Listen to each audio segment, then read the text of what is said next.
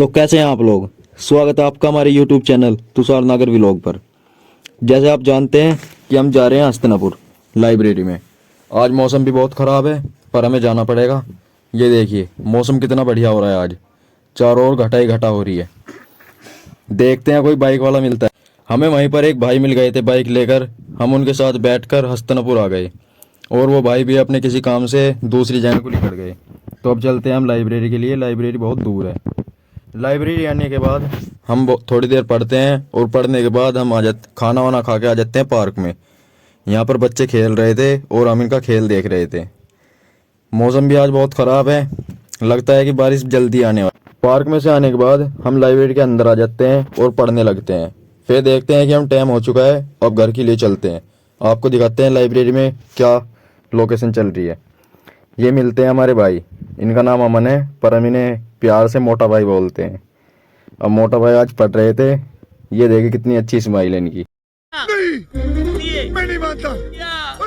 Library से आने के बाद हम बाजार में आ जाते हैं यहाँ भेलपुरी खाने। ये भैया बहुत ही मशहूर भेलपुरी बनाते हैं जो बहुत ही फेमस। इन छोटे मोटे प्रोग्रामों से कितना कमा लेते हो? भेलपुरी खाने के बाद हम इंतजार करने लगते हैं कि कोई बाइक वाला आए और हम उसके साथ घर के लिए जाएं।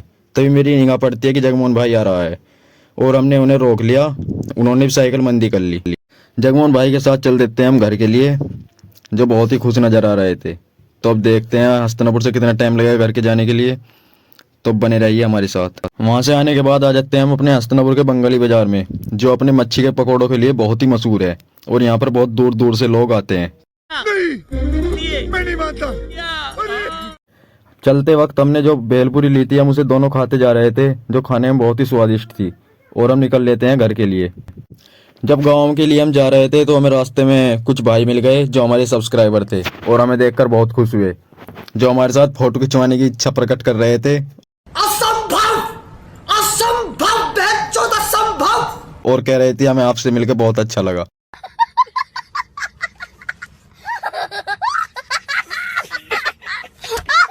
और इन्हें तो आप जानते ही होंगे, ये तो कार्तिक भाई हैं। हमने पहली वीडियो में बताया था आपको कि इनका कितना बढ़िया हिसाब है। और हम इन भाइयों के साथ कुछ बातें करने लगते हैं।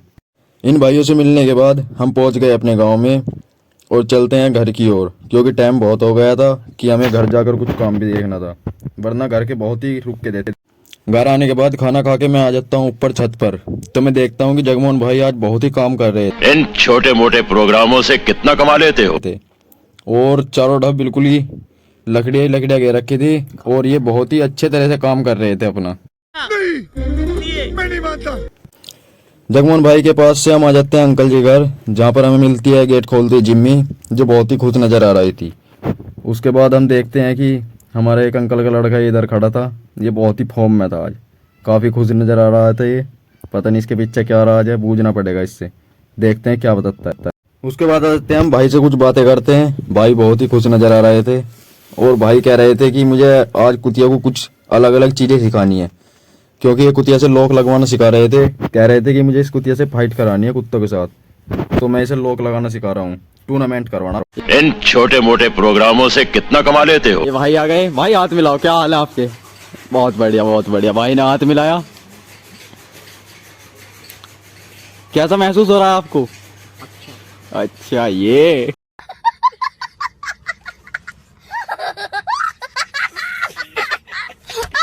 रात के टाइम हम खाना खाने के बाद आ जाते हैं भाई की दुकान पर और भाई से मिलने कि भाई क्या कर रहे हैं।